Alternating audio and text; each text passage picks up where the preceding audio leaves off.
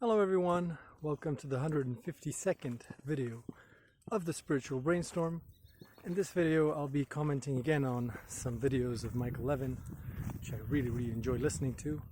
I like all of his theories, all of his knowledge, and his outlook on biology and, his insights into consciousness also, and his humility in, having this open-mindedness in acknowledging that materialism or a material kind of lens on reality can't explain everything. Here I'll list the several talks that I refer to in the description. In one of his talks I really enjoyed, he starts off with talking about the Adam and Eve story, where Adam is down on earth and he's starting to name the animals. You are a fish, you are a dog, you are this, you are that. And also this idea that Adam sees himself as separate from the animal kingdom, like he's this kind of superior being. And then Michael goes on to say, well, that's exactly what is not the case, because there's a continuum. You can't just like say like humans, that's magical, and then animals, it's stupid or whatever, or it's only biology.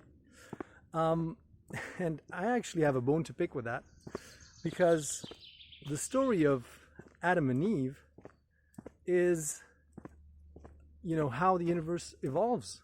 It is like judging a Gregorian chant, and the music theory from Gregorian chant from the perspective of someone that is doing contemporary classical music and saying, oh my God, like this is just monotone, and the technique is completely basic, and you don't use all the notes, and there's no chords. What I mean by that is that the universe evolves logically, simultaneously across, I don't know how to say it, but it's basically, the Adam and Eve story is the story of the world of ideas, which is something that is from a higher dimension, that comes down to the level of material reality, and then gradually settles in to reality and become more material with time. So it is a real story of, it's not like a fallen god, it's not like Adam, well, you could say that Adam is a fallen god in a way, but it's as if the universe starts off with just the octaves, like C and the C above, D, C, C, and then with this harmonic resonance, what happens is, you can see this with strings. If you hit a string, like a C string, all of the other C strings will start resonate sympathetically with that string. And so it's as if the first things that appear in the universe are consciousnesses that reside in different octaves of information density, because the higher or the quicker you vibrate, the more information there is. And so that translates into, in our reality, into seemingly more complex forms. That is, if you look at, a basic monolithic block of iron and a human, you could say, well, that there's a sort of a variation in the degree of complexity. One is inert, the other moves, blah, blah, blah.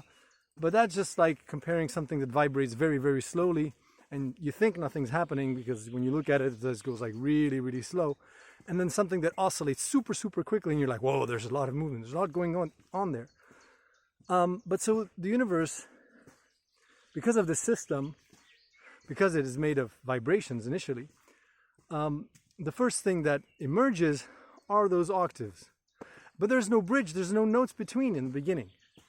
And so it's as if like a higher C note was trying to, figure out what happened between the C below and itself. And so the Adam story is like a thought or an idea that is immaterial.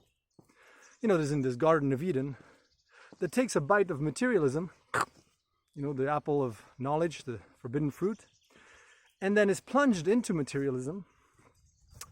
And once in materialism, it's like the seed of the dimension of ideas which superimplants itself on top of a material reality.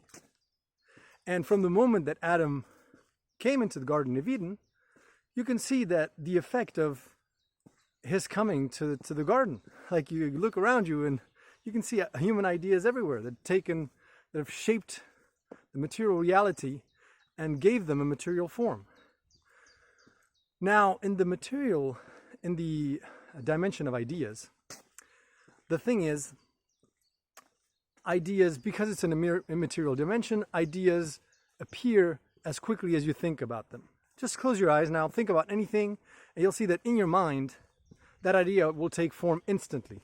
Now, if you want to materialize it outside, in this outside reality, in this outer reality, it's going to take a heck of a lot of time and effort. But what's nice is, because of this kind of stickiness of material reality, the reason why it's so interesting is because that's what inspires you. Because if you can think of anything and then unthink it, and everything just happens and doesn't happen, then your preferences, you don't have that much preference. I mean, you're like, okay, now I'm going to think about having a huge mansion. Oh, now I don't want that. Oh, now I want a castle. Now I don't want that anymore. Oh, now I want, whatever, the Taj Mahal. But when you have the stickiness of matter, that's where preference comes in. Now you have to really be careful about what you choose, because what you choose is going to stick to you. I mean, you can't just like build a castle and then unbuild it like this, with a whim. And so, how do ideas evolve? They evolve through materialism, because that's what gives them inspiration through the preference that is acquired via this kind of stickiness of materiality. So the reason why you'd incarnate in the first place, coming from this realm of ideas where everything is perfect and you have everything that you want because you're an immortal thought form, or a soul, or whatever you want to call it, that's all good, but you really want to come here so that once you're back there, you really have that taste of, oh, I think this, I want this, and I know why I want it. I know why it's so interesting. I know why I'd pick this and not that. It's like, imagine like, in this world of thought, you'd add an infinite number of ice cream flavors, but you didn't have a tongue to taste them. And you're like, but why would I pick vanilla instead of chocolate? Why? Well, once you're in material reality, you know why you'd pick vanilla instead of ice cream, because you have taste buds, you have all these things. And so once you're back into, this kind of thoughtless, physical state, like, immaterial state, you still conserve some of the, it's almost as if you're training your immaterial palate to taste ideas, because you have the memory of how they tasted once you were in materiality, which is like the extreme of, experiencing things, because it's so intense. Because here, since we have the illusion of being mortal and all that stuff, we're like, oh my God, I really don't want to die, and I really don't want to do this, or I really want to do this. And also because of this restriction of choices. So my point is that originally that is exactly how it went. Like the very first human, quote unquote, that came to Earth was a kind of a god, and in the story of the Bible, they lived 1,000 years and so on. But it's no longer part of our timeline. So picture it like this: like, imagine that Adam is a seed, the seed of a plant, right? And the moment it germinates is the moment it releases the most amount of energy. So you could say that Adam, in the beginning, when he came into the Garden of Eden, his power was really, really big, and he had really a great influence. It's almost like he had, the placebo effect was in full scale, but he didn't know what to wish for, because being always immortal, he's like, why would I want to be immortal? Because I am, and then, it's kind of materiality as he descends, he becomes more and more mortal and all that stuff. So, by naming animals or stuff, it's like almost as if he were sorting biology, kind of, you know. And you have all these myths and tales of like weird animals and creatures and dragons and all that stuff. And you can think of humans as a sorting mechanism for the universe, to say, well, you know, actually, you know, dragons, that should be in the material dimension because that's just too messy. It would create chaos here on Earth. You know, and dinosaurs, that's also something, but that's in the past, that has to be extinct. And, you know, like, imagine this reality of being a big pool of all of the dimensions intermingled, and the human mind and humans basically as serving as kind of a sorting mechanism. Say, you know what, like, let's structure it like this, like with, you know, the Big Bang first, and then this, that, and, you know. And so, looking at the Adam and Eve story from our perspective, it's like you put your finger in the middle of a pond, and you have a ripple that goes out, and that initial ripple right there, it's tiny. That initial impulse, it's all concentrated there. And that's your Big Bang, but a Big Bang that goes in all directions simultaneously, not from our time to, like, you know, linearly from one place to another. And obviously this is oversimplification because it's not a two-dimensional ripple. It's like an infinitely dimensional ripple, kind of. But, you know, let's keep it simple. Keep it simple. And so, yeah, so originally that's what happens. And all of the dimensions are also like, all like kind of touch each other, and everything is intermingled. Everything is a bit chaotic. And you have all kinds of things that happen there with no order to anything. And then that ripple expands, and as it expands also logically. It's almost like if you added frames to a movie, and then you had to plug in frames, and you had to make sure they make sense. And you're like, well, wait a minute. If we put a frame here, and a frame there, and a frame there, that makes the movie a little longer, and okay, the story checks out, it makes sense. And so that is exactly what Adam was designed to do, but as he was kind of pooling matter towards him, by naming matter and putting ideas onto matter and sorting biology, he was also falling down into matter and becoming more matter-like. So it's almost as if, you know, this idea of God, you know, touching Adam's finger. Sorry, I have one hand busy holding the phone. So, you know, and touching, that is exactly the point. It's like Adam isn't the man. The man is actually a chimp or biology that is, you know, putting his finger up towards Adam, who is the God that's falling from the sky, and it's trying to touching the chimpanzee. So it's almost as if you had a C4 note trying to touch a C5 note and trying to understand what are all the intermediary notes in between.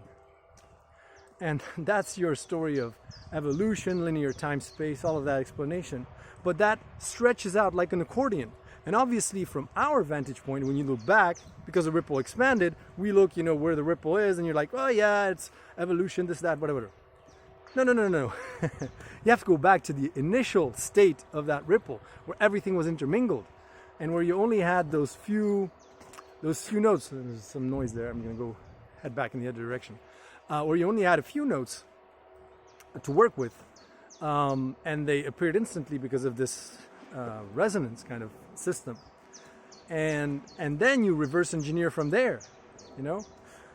And so it's fine. The evolution story is fine because it just, the reason why it's much better is because, again, it's about inspiration. So keep that idea of the seed, right? It sprouts, it germinates, it grows its roots, plunges its roots into a past, and that represents Adam sort of falling into matter, because the roots kind of grow into matter, and you can view them as the past, as like plunging your roots into the past and drawing resources from the past. And it's like Adam trying to say, scratching his head like, who the hell am I?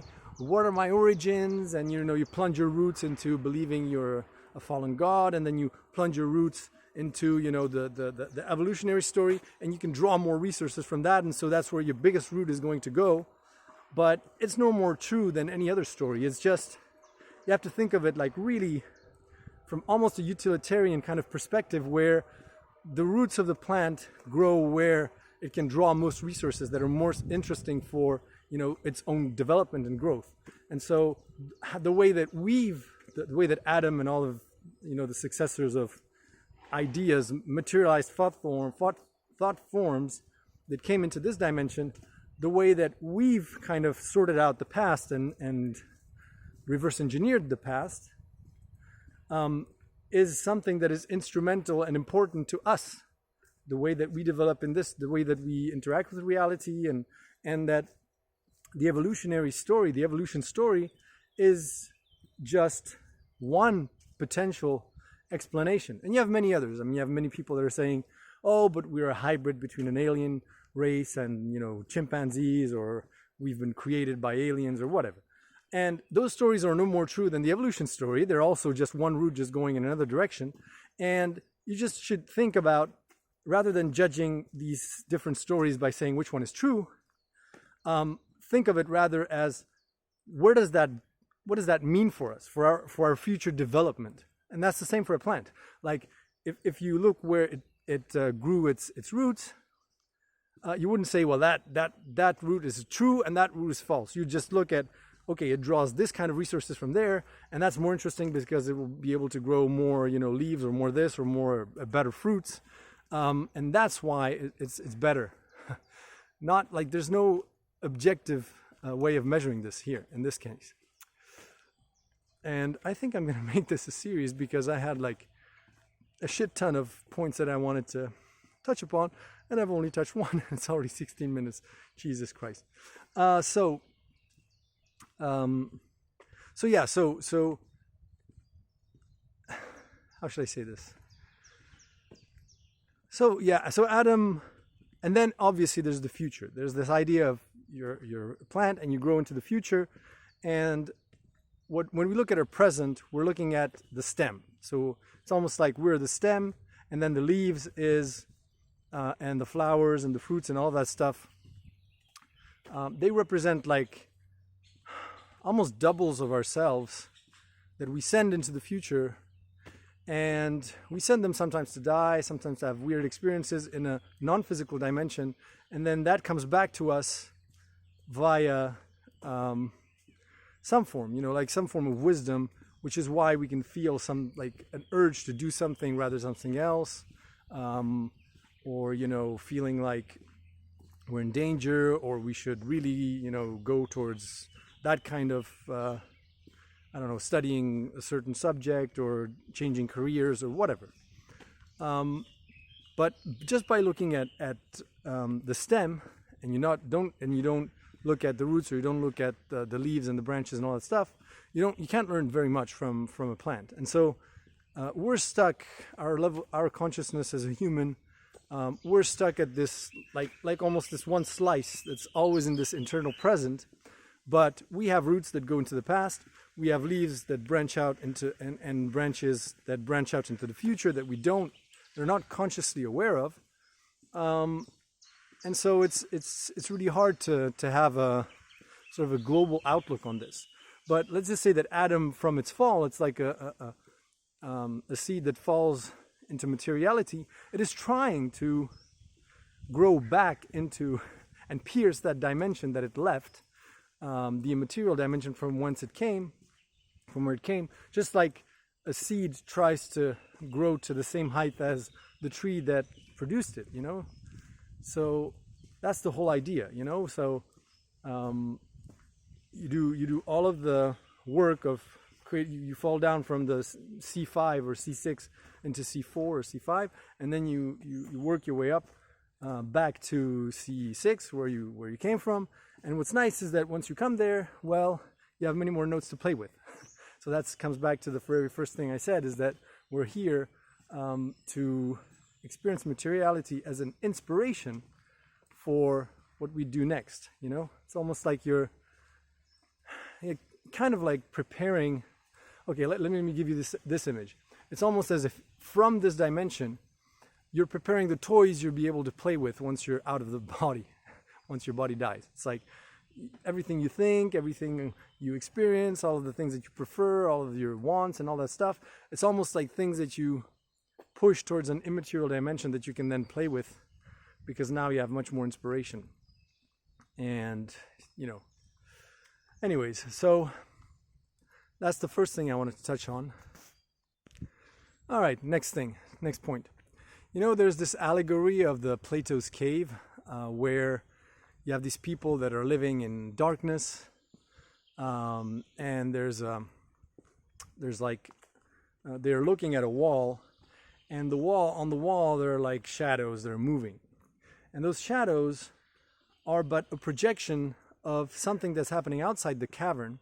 But since they're sort of chained to the wall, they can't see what's behind them, and they think that real reality is what's in front of them, those shadows that are moving. And the story goes that if somebody came out from outside, from the outer reality, and told them, hey, this is not reality, reality is actually the outer world, and here you're stuck in an illusion. Well, first of all, they wouldn't believe you, and second of all, if you'd rescue them and take them outside, the shock might be too important, and they actually might lose their mind and ask to be returned to the cavern, where there is this kind of familiar illusion that is comforting. And obviously this very much mirrors our own development as humanity and the shift from one paradigm to another. But this allegory is much deeper than you'd think, because it's as if reality was just made up of nested Plato's caves, one inside the other, where the moment you exit a cave and you think you're in reality and you're like, I finally exited the illusion, that reality is itself just a projection of an even higher reality, and you're still in the cave, you just don't realize it. You're still chained back to the wall, metaphorically speaking, and so there's always higher stages of awakening, and that is exactly how, and this ties up to all of the videos I said before, how consciousness kind of experiences the return back to unity through, these key moments of wider awakening, and these key bridges, and at the human scale, the different awakenings we've experienced, you could say that the shift from pagan belief systems to Christianity and monotheism is an awakening. It's like, oh, so there's only one God. There aren't all these myriads of gods and all that stuff, and there's only this one true God, and like, oh my God. And it's really like this feeling of before you were in an illusion, and now you're in reality. Now there's only one God. Now everything is written in the Bible. Now everything is understandable. Now we create this hierarchical structure and society and centralized systems and states and all that stuff, and everything makes sense. And you're like, yes, this is it. Then come along these weird people that talk about materialism and cause and effect and empirical science. And that's also an awakening. It's also, moving outside of a cave into a wider reality where suddenly, you can fly to the stars and fly in the sky with planes and transportation and industrialization and embedded, getting your life, being more comfortable in your life and all that stuff. That's also just exiting one illusion into a higher, it's kind of a wider illusion, but it's still an illusion. You just went outside the cave into another cave, and you think that because it's a bigger cave, you're like, this is reality. No. And there are almost an infinite number of steps there, and the idea is not to try to exit the whole nested system, because if you try to do that, then where you land is in the absolute, and in the absolute, what happens is you're just, the experience ends, and you're just pure being. And so what's the point? It's like fast forwarding to the end of a movie, and then there's no movie after that, and you're like, oh shit, I actually missed the whole fun part. And to have fun, so the whole point is to have fun with it, and to be wise enough to know whether you're still comfortable watching the illusion on the walls, or whether you want to experience a wider reality. But if you go outside on that wider reality and you're ready to handle it, then you're going to be completely, your mind is going to be completely fucked. And so, and then at that point, maybe you should return and chain yourself back to the wall and look at the shadows. And that's what happens time and again. Like you have this podcast or podcast and YouTube channel. It's called Méta de Choc. It's for French people. It's mostly in French, even though I think the person that does it does speak English very fluently. But the idea is, like, she was into spirituality for 14 years, believing she was a star child, all that stuff, and she talks about it really well. And she's like, came back from all of those beliefs and then landed right back into like pure empiricism, pure science, and like facts and studies and peer reviewed and statistically significant and all that stuff. And then she's openly saying that she's filming these videos to help people that are in this kind of illusion of spirituality and talking to spirits and channeling and whatever, to come down to back to earth and like saying, well, are you sure you believe what you believe? And that's absolutely great. And I totally encourage that, because maybe there are people in the spirituality kind of world or whatever, which is arguably much wider kind of cavern of illusion than the materialist one, because suddenly, you have materialism plus all of the other crazy stuff that you hear about, like reptilians invading the planet and all these alien races and all these spirits and all of these entities and everything. And it's not settled yet, so you don't know how to interact with that, with that world yet. I mean, you've mastered the understanding of the shadows on the wall, but once you're outside, everything is mysterious again, and you have no bearings. So it's really good for those kinds of channels to exist, because they allow for people that can't handle it, basically, to revert back to another prior kind of state of belief systems and paradigms, which is, less taxing on their minds. Also, I wanted to say that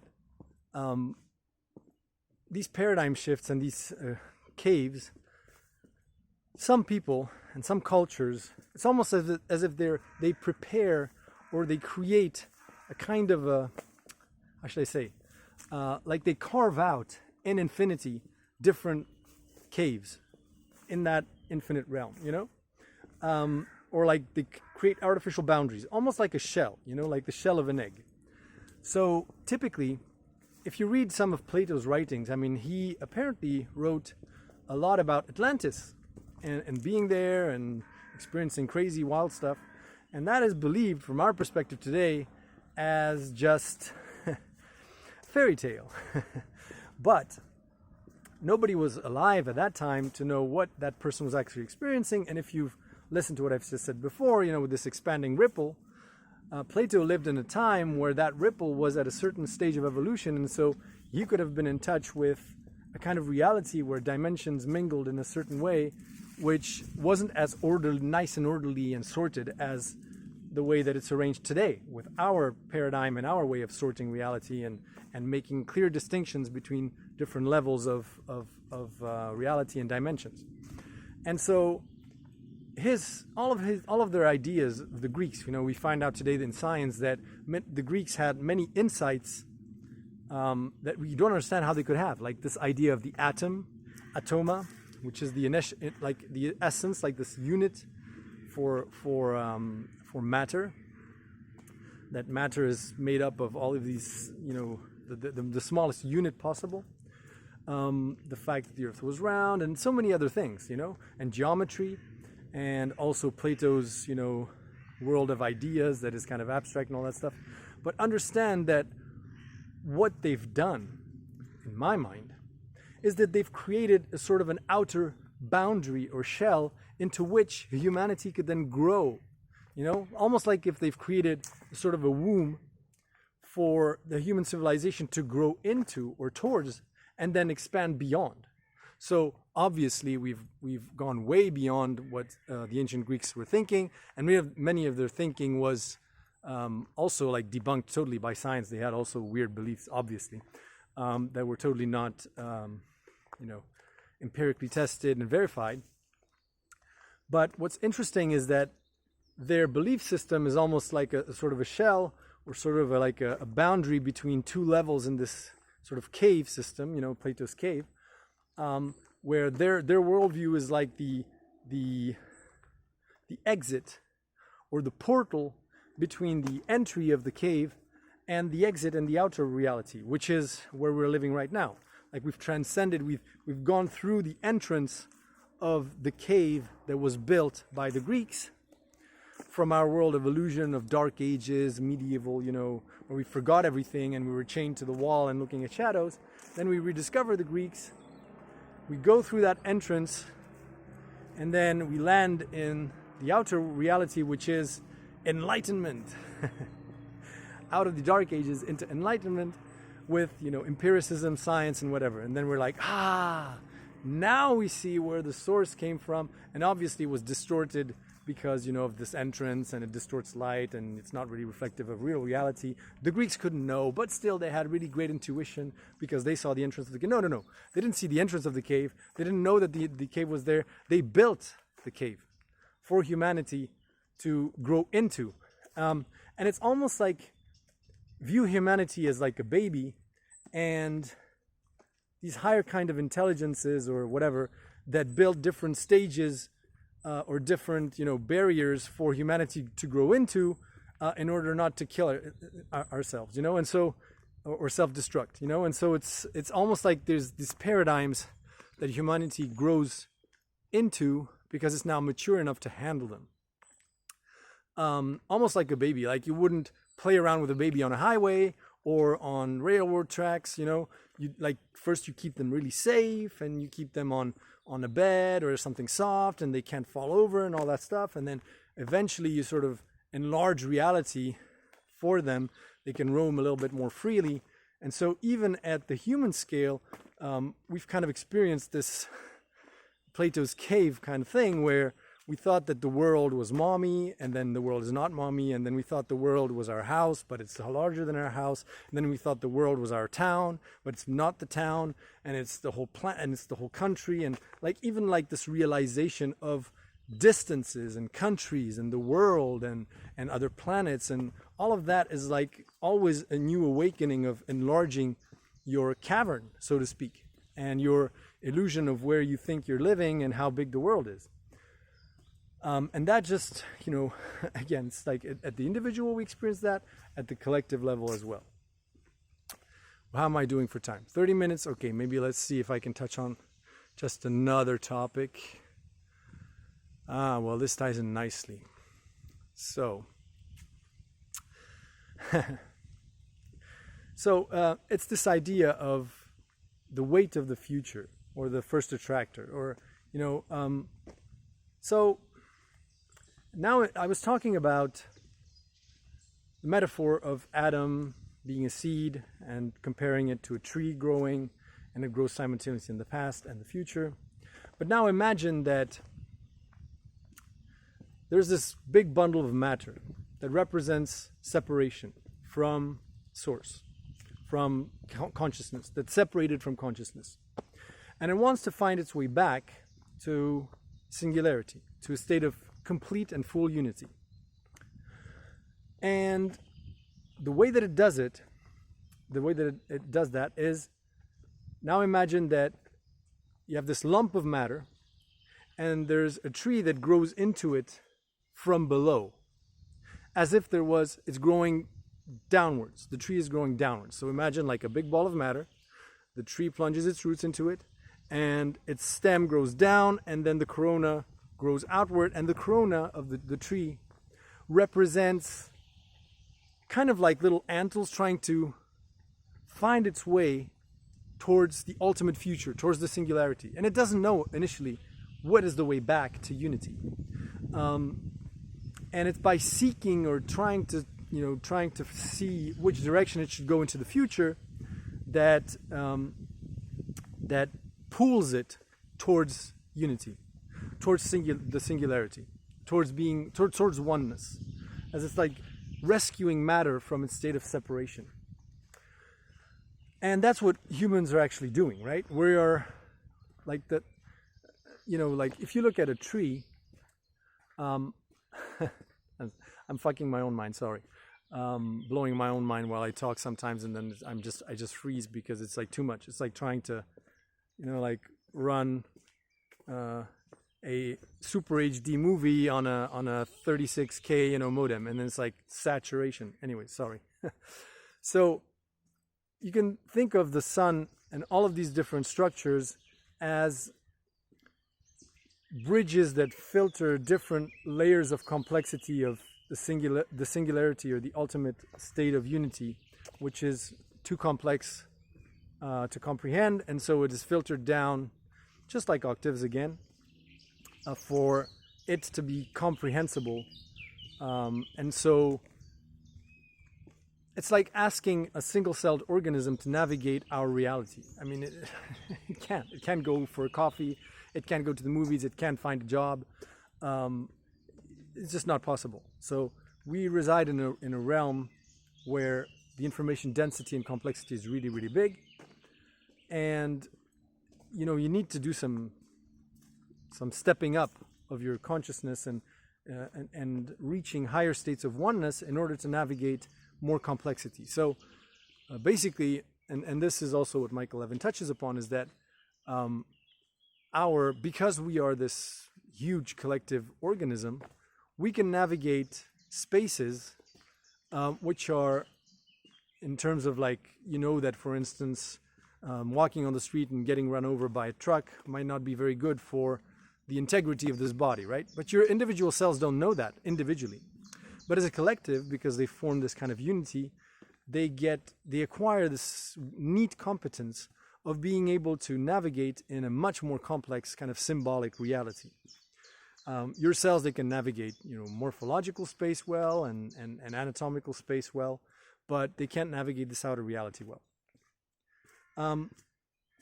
But that's what ultimately the point of attractor is, well, I was saying there's this point of attractor which is being that which you aren't in previous videos, but I would say that's like more of a push mechanism. That's something that's pushing you in the back. And then what's pulling you forward, where you want to orient yourself to, is a back to unity, right? Back to being that which you are. And in order to do that, you have to sort of try to tune into the future. And you use that, I mean, the plants do that, and you can see it via their leaves. You know, it's almost as if the leaves are a way to capture what the sun distills from infinity towards this dimension of reality.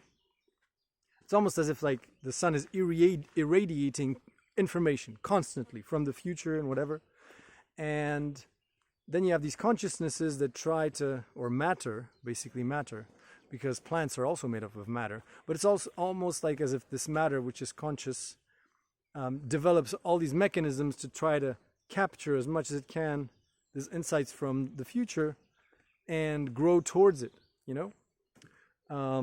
And that takes the form of evolution when you look at it over billions and billions of years, where matter grows more and more towards unity.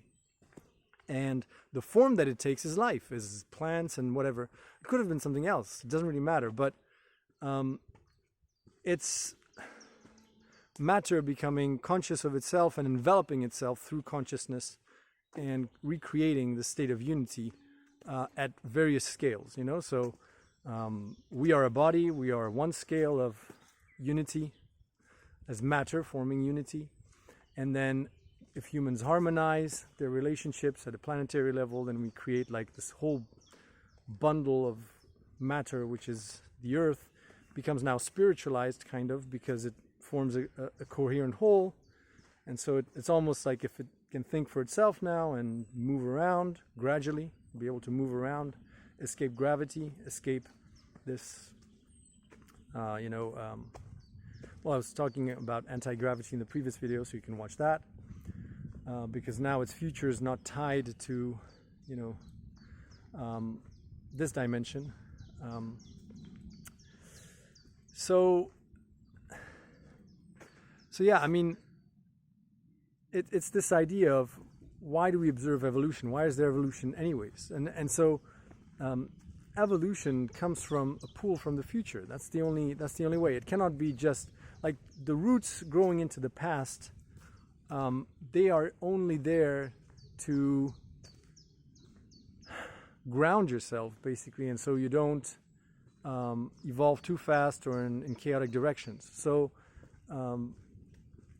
yeah, you cannot account for evolution by just looking at what happened in the past. And I'll talk about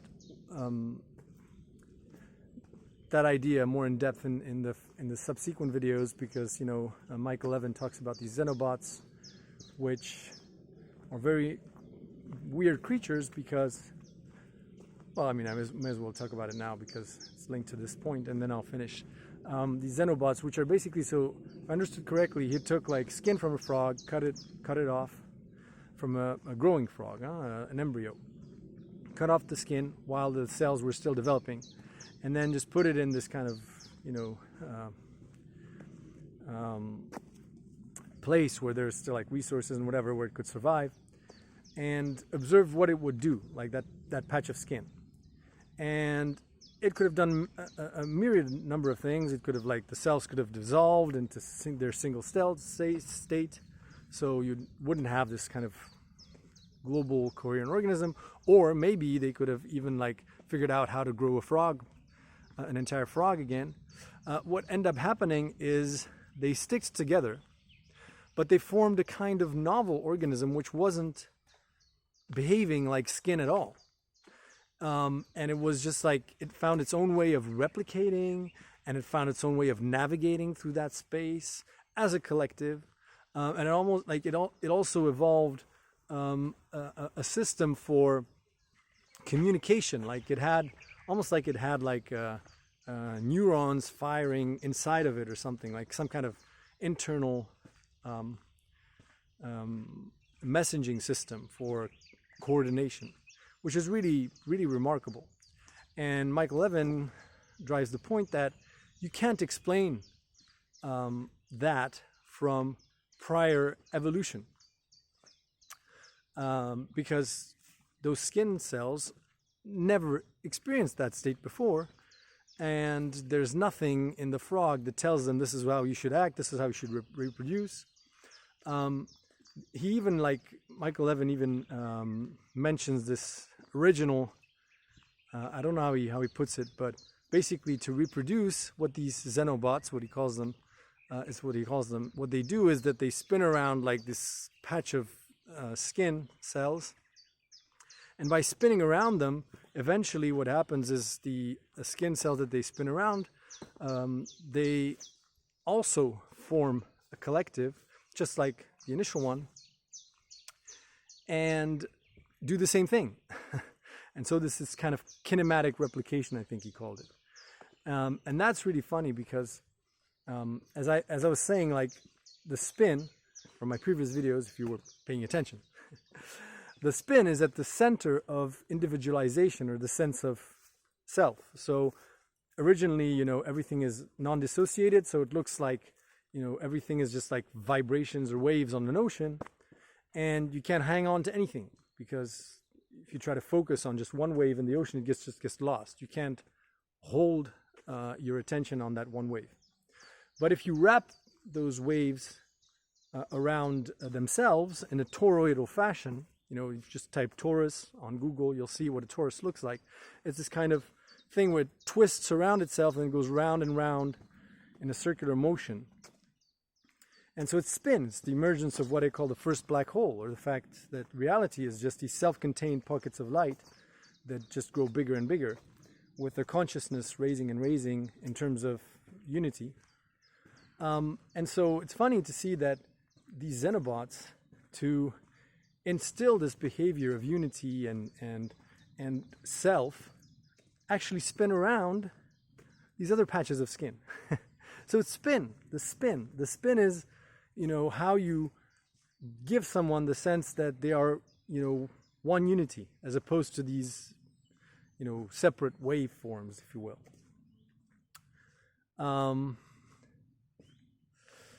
Yeah, I think I'll stop there, and I'll talk to you in the next video.